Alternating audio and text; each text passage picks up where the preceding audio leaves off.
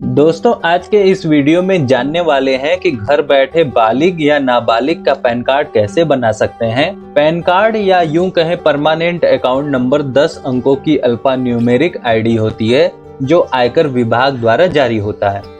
Pan card bank में खाता खोलने के लिए, सिविल क्रेडिट स्कोर चेक करने के लिए, जिससे कि आपको भविष्य में कभी लोन लेना हुआ तो बहुत जरूरी होता है, और टैक्स भरने के लिए, साथ ही निवेश करने के लिए भी जरूरी होता है।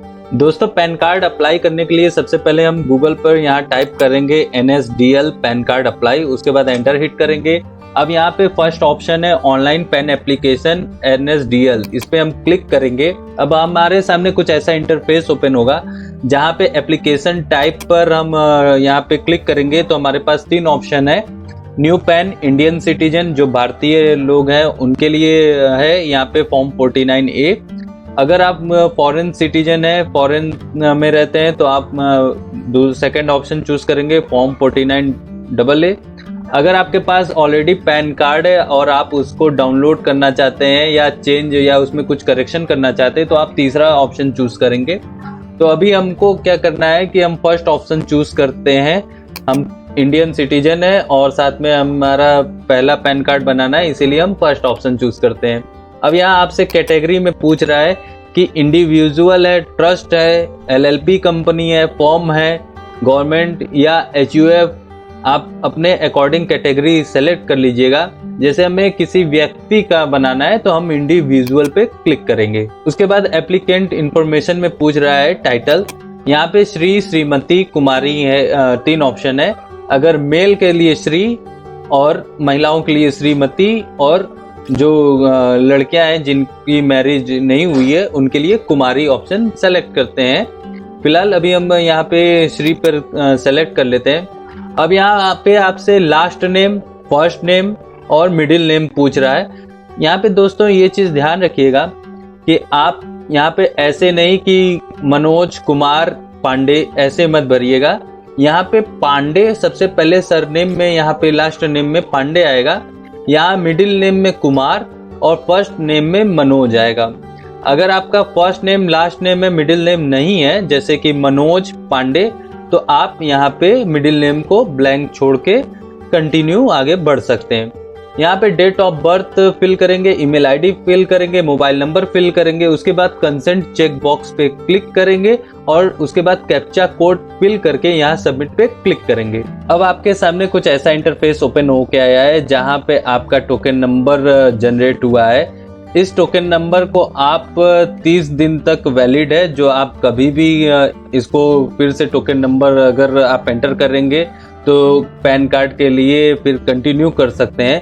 अदरवाइज अगर आपको तुरंत अगर अप्लाई करना है तो आप continue with pan application form पे क्लिक करिए और उसके बाद आपके सामने एक नया इंटरफेस ओपन होकर आएगा।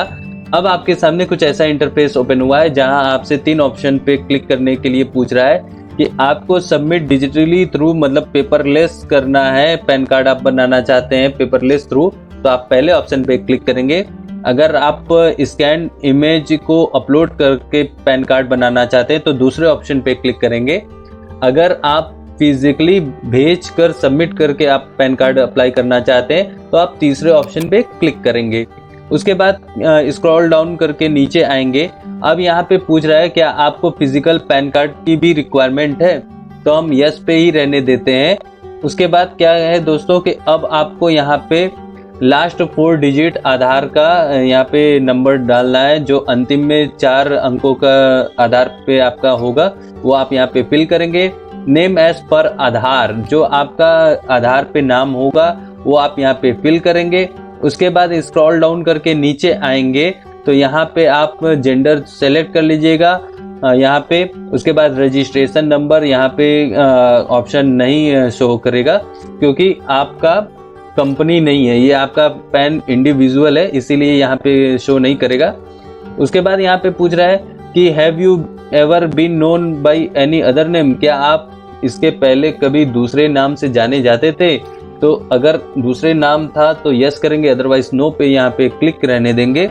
उसके बाद यहाँ पे पूछ रहा है whether mother is a single parent and you wish to apply for PAN by furnishing the name of your mother only, तो यहाँ पे यस करेंगे तो सिर्फ आप मदर का नेम यहाँ पे फिल करके अपने मदर का नेम, आपके मदर का नेम पैन कार्ड पे फिल होगा।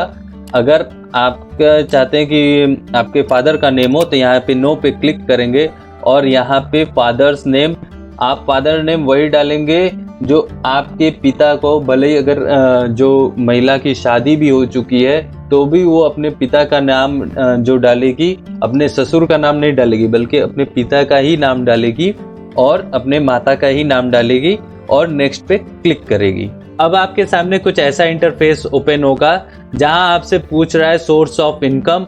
अगर सैलरी है तो यहाँ पे क्लिक करेंगे, अगर यहाँ पे इनकम फ्रॉम बिजनेस या profession, income from house property, तो इस तरह आप यहाँ पे क्लिक करेंगे।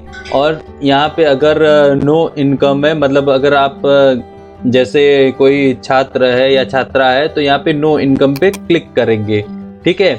उसके बाद अब यहाँ पे पूछ रहा है कि please tick S applicable resident या ऑफिस, तो यहाँ पे रेसिडेंट पे हम क्लिक करेंगे।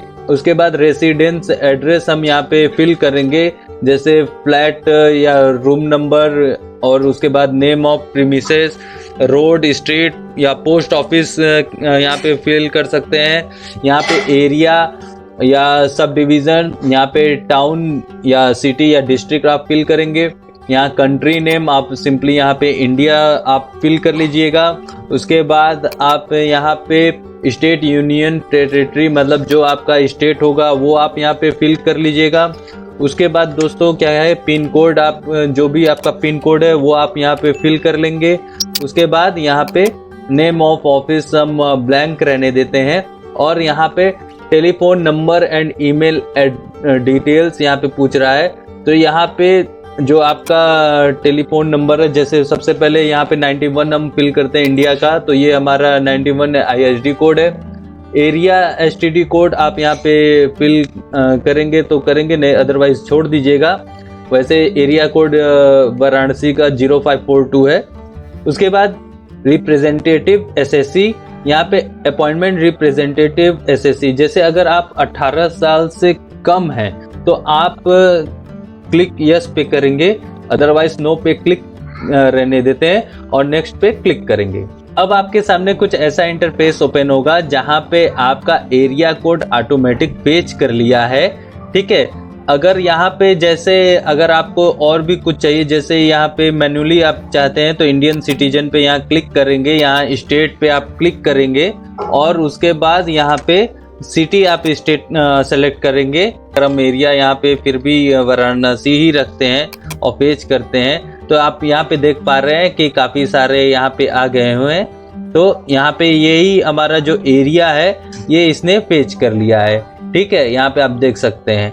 अब क्या करेंगे दोस्तों कि अब हम यहाँ पे नेक्स्ट पे क्लिक करते हैं। अब आपके सामने document submitted as proof of identity और प्रूफ ऑफ एड्रेस और proof of date of birth का डॉक्यूमेंट अपलोड करना है या आपको उनको फिजिकल फॉर्म में भेजना है। तो सबसे पहले हम यहाँ पे प्रूफ ऑफ आइडेंटिटी, तो यहाँ पे हम सेलेक्ट कर लेते हैं आधार कार्ड। उसके बाद यहाँ पे प्रूफ ऑफ एड्रेस, तो जो आपका प्रूफ ऑफ एड्रेस है जैसे पासपोर्ट, ड्राइविंग लाइसेंस या आप यहाँ पे इलेक्ट्रिसिटी बिल है, अगर आप चाहें तो यहाँ पे भी आधार कार्ड फिल कर सकते हैं। उसके बाद यहाँ पे proof of date of birth, तो यहाँ पे आप चाहें तो मैट्रिकुलेशन सर्टिफिकेट, जो आपका 10th का मार्कशीट है वो आप यहाँ पे लगा सकते हैं, या अगर आप बर्थ सर्टिफिकेट है जो आपका नगर निगम से प्राप्त हुआ है वो आप लगा सकते हैं। और इसमें भी आधार कार्ड का है तो आप आधार कार्ड लगा सकते हैं, वोटर ID कार्ड लगा सकते हैं। उसके बाद हम यहाँ पे तीनों सेलेक्ट कर लिए आधार कार्ड, तो कोई दिक्कत नहीं है। उसके बाद यहाँ पे ऑलरेडी डिक्लेरेशन का आया है कि I Shashikala Yadav the applicant in the capacity of यहाँ पे हिमसेल्फ या हर सेल्फ। अगर आप जैसे कि हमने बताया था कि जो मान लीजिए 18 साल से कम उम्र का बनाते हैं, रिप्रेजेंटेटिव SSC का यहाँ पे क्लिक करेंगे। उसके बाद जो आपका प्लेस है वो यहाँ पे आप फिल करेंगे। उसके बाद अब आप सबमिट पे क्लिक करेंगे। सबमिट पे क्लिक करने के बाद अब आपके सामने कुछ ऐसा इन्फॉर्मेशन आएगा जहां पे अब आपको जो 8 डिजिट है, आधार कार्ड के फर्स्ट 8 डिजिट, वो आपको यहाँ पे फिल करने होंगे। और यहाँ पे उसके बाद यहाँ पे आप स्क्रॉल डाउन करके नीचे आएंगे तो full name of the applicant, सारी चीज़ें हैं ही। और ये आपका फॉर्म प्रीव्यू है एक प्रकार से। यहाँ पे आप नीचे स्क्रॉल डाउन करके नीचे आएंगे, ठीक है। उसके बाद अगर इसमें कुछ एडिट करना है, कुछ चेंजेस करना है तो आप एडिट पे क्लिक करेंगे, अदरवाइज आप प्रोसीड पे क्लिक करेंगे। अब आपके सामने कुछ ऐसा इंटरफेस आया है जहां पे आपको 3 ऑप्शन है, demand draft, online payment through Paytm या online payment through bill desk. तो आपको जो भी यहाँ पे आप देख सकते हैं कि यहाँ पे चार्जेस दिखाई दे रहे हैं। उसके बाद यहाँ पे अगर हम पेटीएम करते हैं तो ये सेम चीज़ें हैं। और यहाँ पे डिमांड ड्राफ्ट अगर हम क्लिक करते हैं तो डिमांड ड्राफ्ट पे ऑप्शन नहीं है, तो आपको पहले ऑनलाइन पेमेंट करना होगा। उसके बाद अब क्या करते हैं कि आप यहाँ पे I agree to term and services पे क्लिक करेंगे और प्रोसीड टू पेमेंट पे क्लिक करेंगे। अब आपके सामने आया है पेमेंट कंफर्मेशन का, जहां आप पे कंफर्म पे क्लिक करेंगे। अब यहाँ पे पेमेंट मेथड पूछ रहा है, जहां पे आप क्यूआर के थ्रू करना चाहते हैं या किसके थ्रू करना चाहते हैं, यूपीआई के थ्रू करना चाहते हैं। आप उसमें से आप इसको सेलेक्ट करके पेमेंट करने के बाद आपके पास एक फॉर्म जनरेट होकर आएगा, जिसको आपको प्रिंट कर लेना है और उसको डिस्क्रिप्शन में दिए हुए एड्रेस पे आपको सेंड कर देना है। आपको ये वीडियो कैसी लगी कमेंट करके जरूर बताइएगा। वीडियो अच्छी लगी हो तो लाइक और शेयर जरूर कीजिएगा और साथ ही हमारे चैनल को भी सब्सक्राइब कीजिएगा।